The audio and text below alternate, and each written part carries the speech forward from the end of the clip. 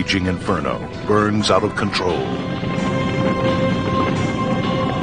Temperatures within the blaze soar to 3,500 degrees. And 12 million gallons of jet fuel may explode at any second.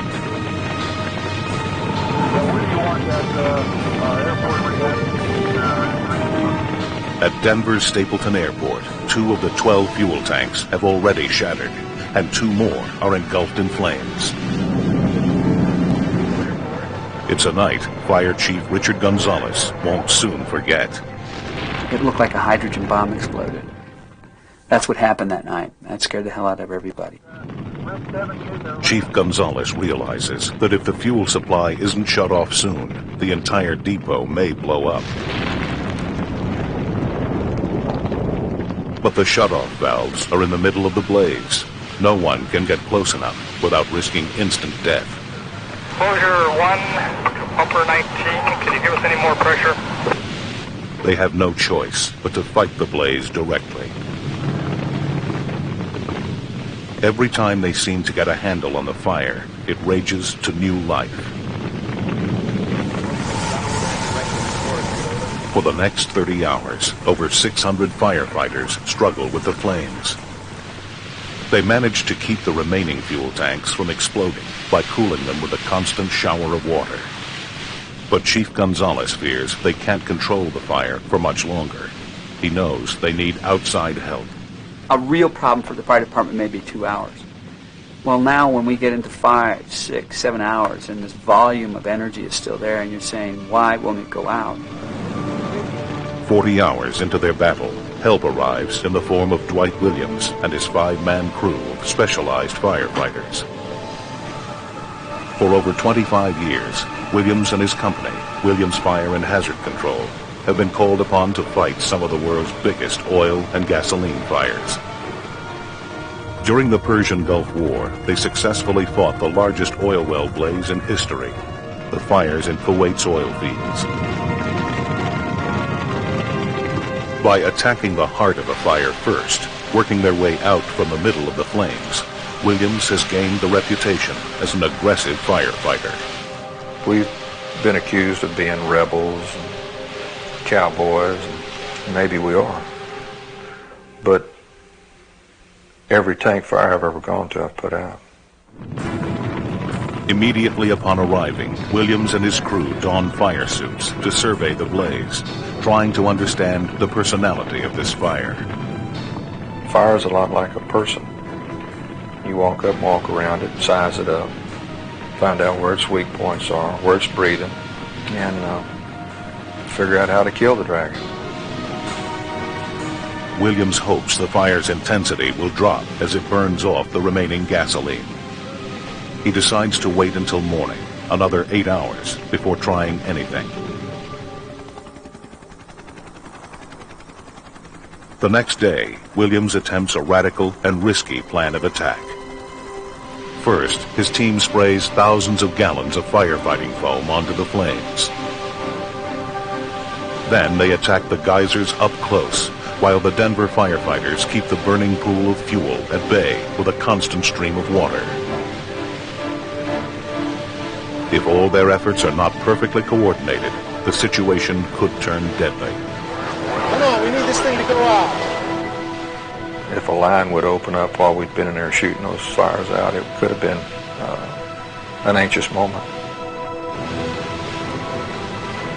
While this direct attack works faster, it also exposes Williams and his crew to far more danger, placing his team in the heart of the blaze, surrounded by walls of fire. I've had friends killed in fires that work for other companies, but you're humbled to some degree when you're engaged in a combat type situation, and that's what a fire is.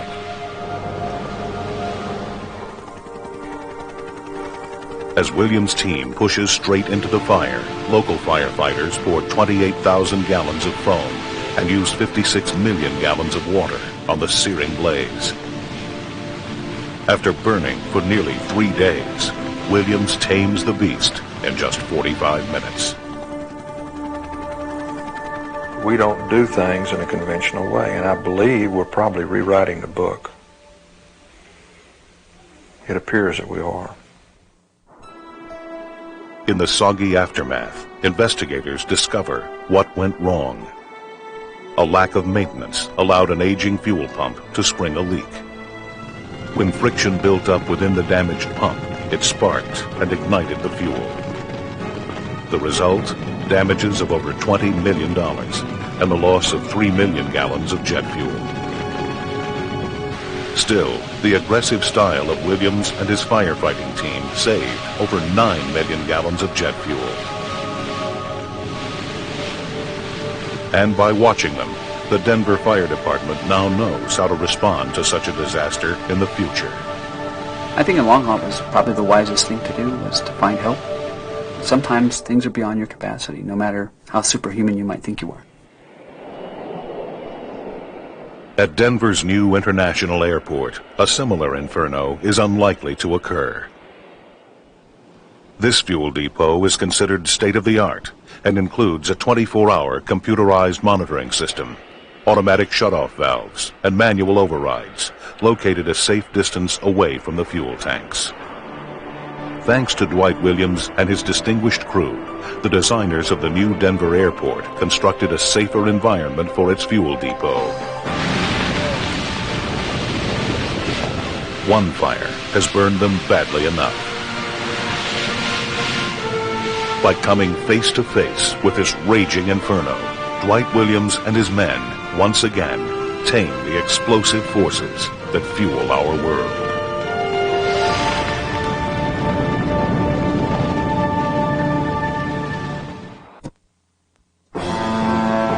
Tell those people to get away. There's people on the dock. Tell them to get away. A 760-foot freighter is headed for an out-of-control collision with a crowded riverfront complex. The 80-ton vehicle, named the Brightfield, has lost engine power in the crowded waters in the port of New Orleans and can't stop. The impact that follows will tear into a hotel and a shopping mall, putting hundreds of people at risk in a path of massive destruction. Earlier that day, tourists Sam and Allison Bono are enjoying their honeymoon in New Orleans. It is their last day in the city, and they are spending it in the Riverwalk Mall, where Sam is shooting home video of their trip.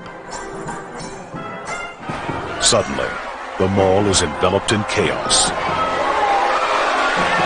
You could hear people yelling, "Get out of the mall, get out of the mall," and the first thing I thought was, oh my gosh, a bomb.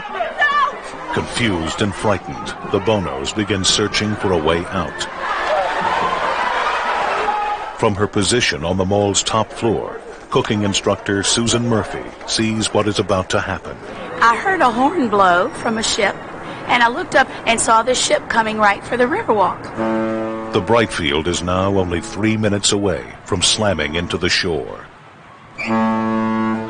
Frantically, the pilot radios a warning to the Coast Guard. Hello, Governor Nick. I just lost my engine. Alert everyone in the harbor to watch out.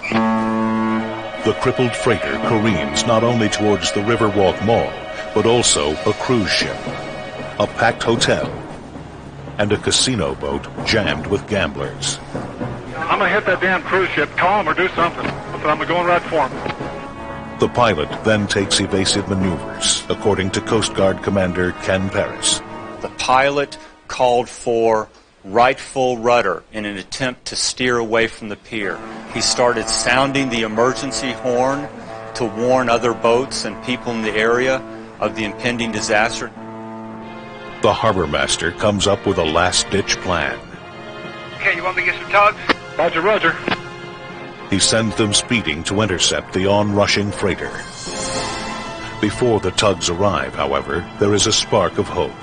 The Brightfield's crew finally manages to restart her huge diesel. They throw the engine into reverse. They did what a crew would be trained to do. The process just took too much time. Moments before impact, in a desperate attempt to further slow down the ship, the pilot drops 2 10-ton anchors. As this footage clearly shows, the maneuver turns the ship, averting a catastrophic head-on collision. With its horn blowing, the Brightfield comes barreling into the dock. Tell those people to get away. There's people on the dock. Tell them to get away. The first thing hit is the Hilton Hotel and a parking structure.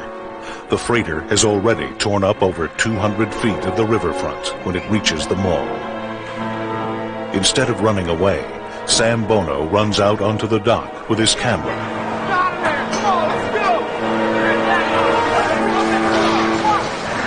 As the ship tears into the dock, Sam is nearly thrown to the ground by the shaking.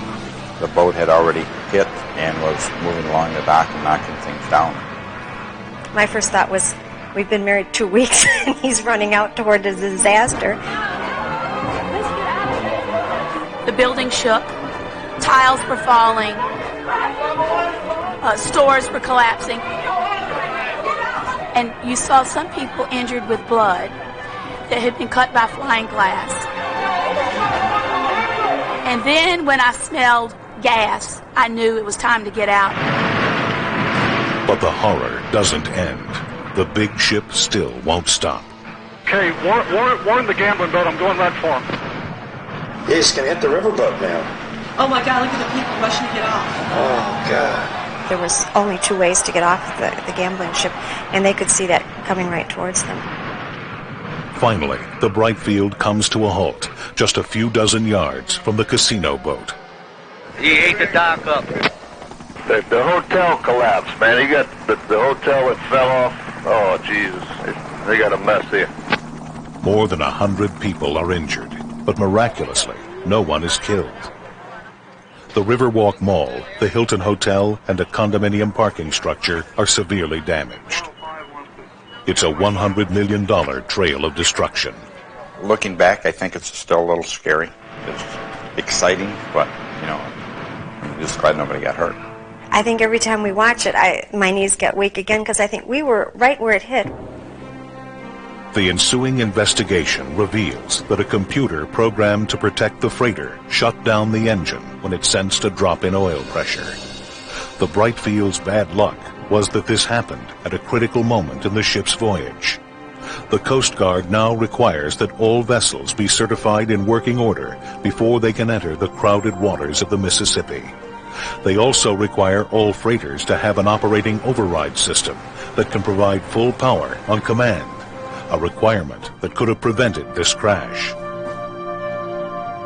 But the Coast Guard and other Mississippi River pilots credit the Brightfield's pilot with averting even greater damage and potential loss of life. By giving advance warning and using his anchors to turn the vessel, he spared New Orleans what could have been a truly deadly tragedy.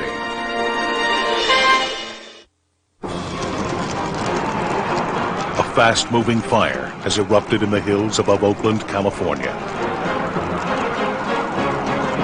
Fueled by 60-mile-an-hour winds, it explodes through expensive hillside neighborhoods in minutes, forcing thousands to flee. Guardsmen coming out! Get off the street!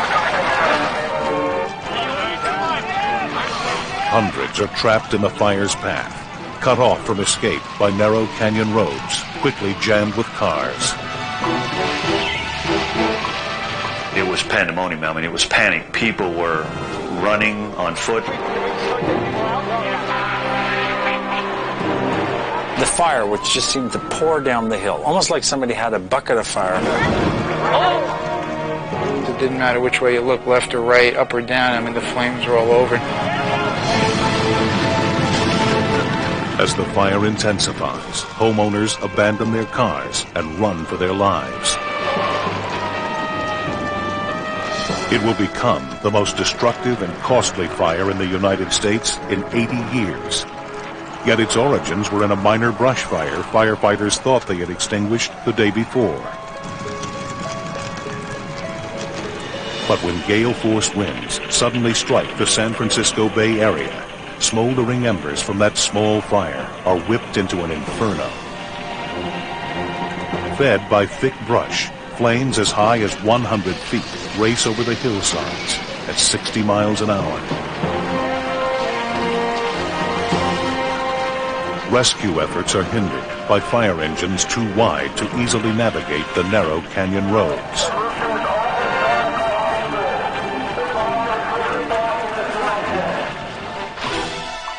A menacing plume of smoke turns daylight into darkness and conceals escape routes from Dr. Jan Corwin and his family. It was like midnight, and people were running up and down the street and screaming, and fire was everywhere, and you really couldn't tell which way to go. And at this point, I mean, total panic had set in. For many, there's no time to salvage precious belongings. The fire is upon them. I think that if I would have wasted another minute trying to save some important pictures or articles, I think it could have cost us our lives. Firefighters now have another serious problem.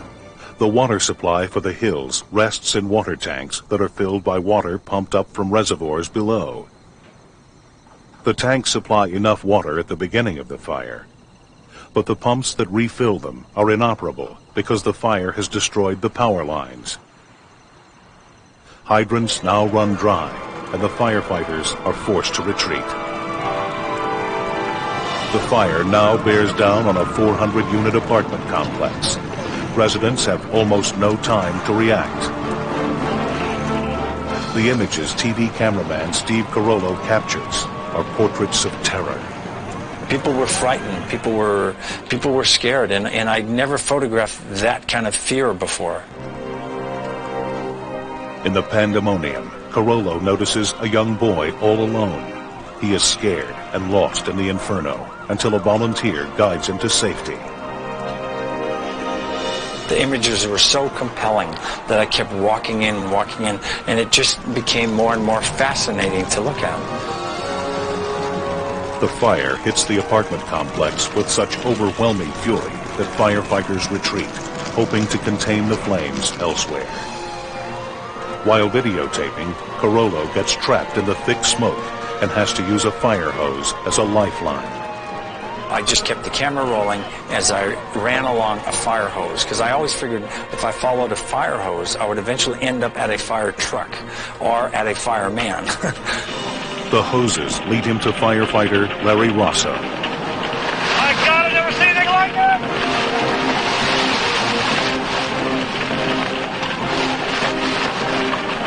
Both men are now in danger. Gusting winds have changed the fire's direction, and it's heading straight for them. The monstrous fire in the Oakland Hills is consuming homes at a rate of 3 a minute. Trapped at a large apartment complex, the situation is a desperate one for firefighter Larry Rosso. You know, you could be in a safe position 1 minute and the burning embers start a fire behind you, and you're in a situation where you're trapped. And I'm thinking that this is not good. Rosso and TV cameraman Steve Carollo are in growing jeopardy as the fire closes in on them. And I thought that at that point, this is going to be the make it or break it. If it drops down to ground level, we're all going to go. But the gusting wind pushes the flames high over them. They are scared, but survive. By nightfall, nearly 3 square miles of Oakland are engulfed. The fire consumes everything in its path, and thousands of homes burned. And you felt helpless. And here you're the fireman. You're the last hope that the people have that you can stop it. And nature, it wasn't going to let us do it. Dawn finally gives the firefighters the break they need. The winds die down, slowing the spread of flames. It takes 3 days and the aid of an additional 1,000 firefighters from around the state, but the Oakland Hills fire is finally extinguished. It claims 25 lives, including a firefighter and a policeman, and causes $2 billion in damage. 2,500 homes are destroyed. It looked like a thermonuclear device had gone off in the canyon. It burned everything so fast you had to see it to believe it. Residents return to what's left of their homes, sifting through the ashes. Neighbors comfort one another. The tragedy brings families like Dr. Jan Corwin's closer together. We tried to make it a learning experience and trying to apply, trying to be thankful for every day that we're alive and appreciate that we didn't get burned, killed, or maimed. In time, most homes will be rebuilt. And Larry Rosso will work to ensure that the fire has a positive legacy, that people know how to help prevent similar disasters in the future. Dry brush is now cleared away regularly. The Oakland Fire Department has smaller vehicles that can navigate the narrower canyon roads, allowing them to respond where they couldn't before.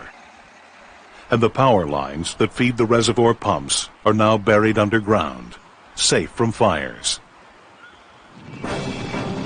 Still, there was a lesson in all this.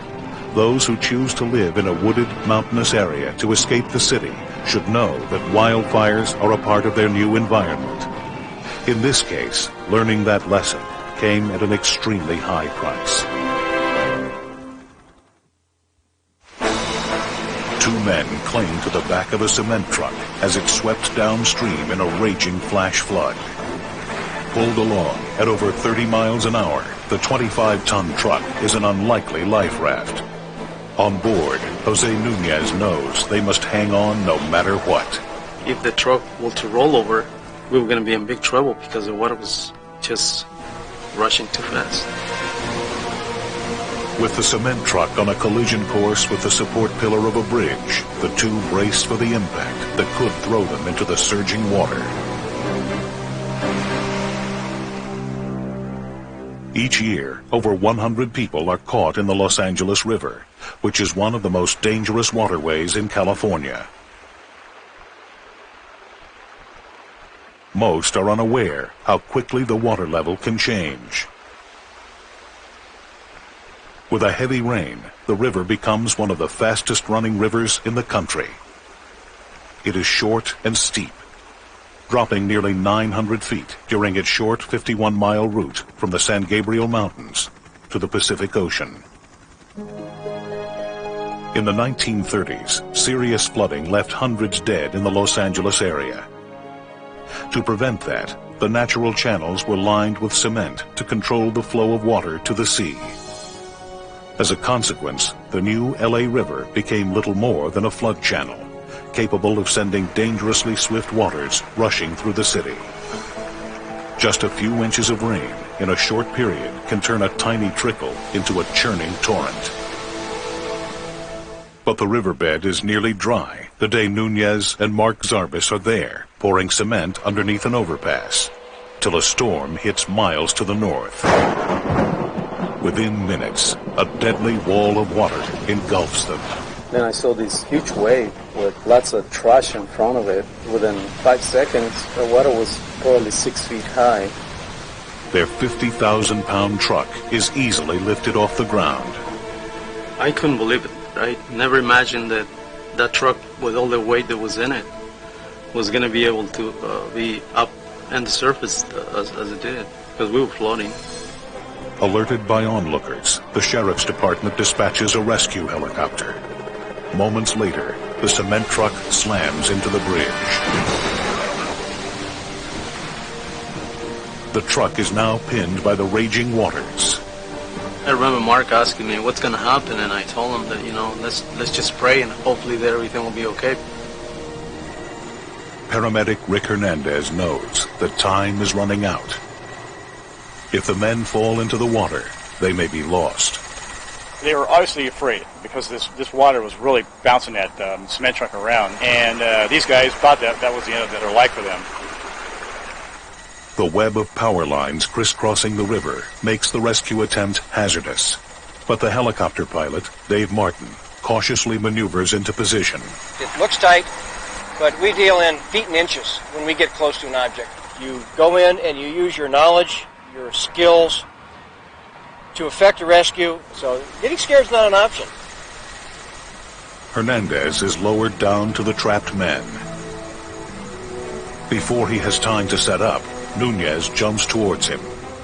I was just kind of confused and desperate. So when he came down, he was telling us to settle down because we were kind of afraid up there. We just want to get out of there.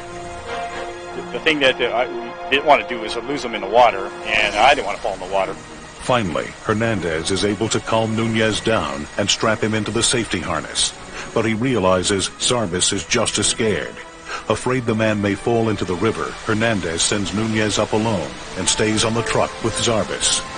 It was just important for me, I thought, to stay down there and keep them calm and to show them that, yeah, they're not going to be left alone, and that I was going to bring them up to safety. His decision to stay below is risky. Hernandez knows that 1/3 of all LA River victims are would-be rescuers. With Nunez safely aboard, Hernandez quickly rigs himself and Zarbis to be hoisted up. But there is not a moment to spare. After 20 minutes in the raging waters, the truck is beginning to slide off the support pillar. I can feel the water kind of pushing the cement truck up and down. I just blindly turn around and I'm yelling at the guy to, to hang on. At a signal from Hernandez, the helicopter hoist slowly lifts the two men off the cement truck. They dangle precariously above the flood-swollen river before inching their way into the safety of the chopper. Nunez and Zarbis are wet and cold, but unharmed. Their ordeal is finally over. They were very, very lucky, and they were scared, and all they wanted to do is get off that cement truck. The rescue is an example of why Los Angeles County's Swiftwater Response Task Force is considered among the best in the world, and they need to be. In the 10 years prior to the creation of the Swiftwater Response Task Force, the LA River claimed 6 people per year. Each member of the task force completes 1,500 hours of training annually. In the first 5 years after they were formed, there has been a 50% reduction in lives lost. We all enjoy doing the job well done. We really enjoy that we can make a difference in somebody's life. These guys are always going to be my heroes. I think I was born again. God gave me another opportunity now. I'm going to take advantage of it. It's nice to have a second chance. Having experienced the awesome power of the LA River firsthand, Jose Nunez is sure never to tempt Mother Nature again. And he has simple advice for others. Never underestimate the potential of a few raindrops. It could be all the warning you get before Mother Nature unleashes her power.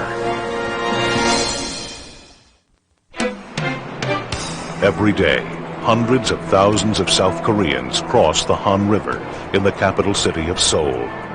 During peak commute hours, 17 bridges are packed with bumper-to-bumper traffic.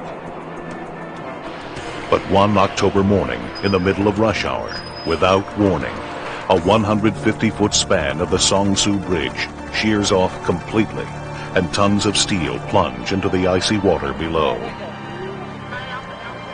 6 vehicles plummet 60 feet into the river. 이게 예고가 있었던 게 아니고 다리가 There were no warnings prior to the collapse. 붕괴한 게 아니고 It fell within 2 to 3 seconds. Park Young-hwan is a veteran reporter for the Korean broadcasting system. He has covered many disasters in his career, but the catastrophic scene he finds on the Han River is enough to shock even him. 처음에는 도저히 I couldn't believe what I was seeing.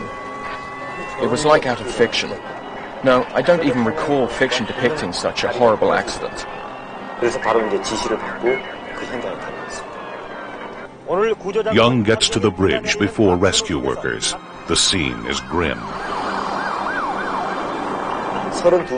More than 30 people were already dead, and there were people floating in the river waiting to be rescued. There is one stroke of luck.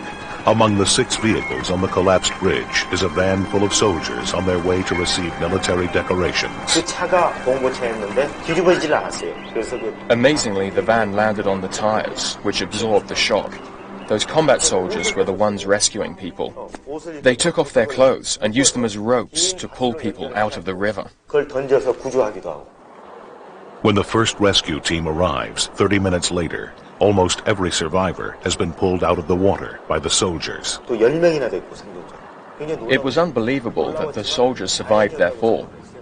But we should be thankful. Had it not been for them, more people would have died. Others are not so lucky. City bus number 16 lands on its roof, crushing many of its passengers, including 8 young girls on their way to school. Those people obviously could not have imagined the bridge they cross every morning could collapse within a few seconds. It was irrational, unreasonable, senseless. At the hospital, families wait for news of loved ones. For many, what they hear is tragic. 32 people die, and 17 more are seriously injured. Over the next few days, divers comb the waters of the Han River for clues to the collapse of the 15-year-old bridge. They search through the submerged girders, cable supports, and crumbled concrete. Finally, they find the key to the disaster. This telltale piece of metal girder. On it, investigators see evidence that a flawed weld crumbled apart. After rusting through, the weld broke at a key support point. This triggered a break at one end of the bridge section. 3 seconds later, the other end of the section pulled free, and the entire section fell down into the water below. Since the Han River was only 12 feet deep, the section of the bridge actually hit the muddy bottom, tossing some cars into the water, bouncing others, and overturning the school bus. Bridge engineer Chuck Syme says even a tiny crack can cause an entire system to fail. It is an engineering lesson so basic it can be demonstrated with a piece of paper. We try to tear it.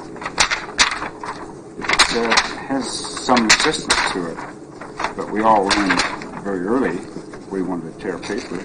We introduce a slight flaw, and then it tears very easily. So one bad weld at a key point was enough to initiate the collapse of the Songsu Bridge. When their report is finished, investigators also cite faulty construction, poor maintenance, and a corrupt inspection system as contributing causes of the collapse. The scandal forces the mayor of Seoul to resign, and 15 city officials and construction company employees are arrested. The Songsu collapse was a man-made, avoidable disaster. It was a senseless massacre and a nightmare for those that died and also for the families. They will never forget or forgive.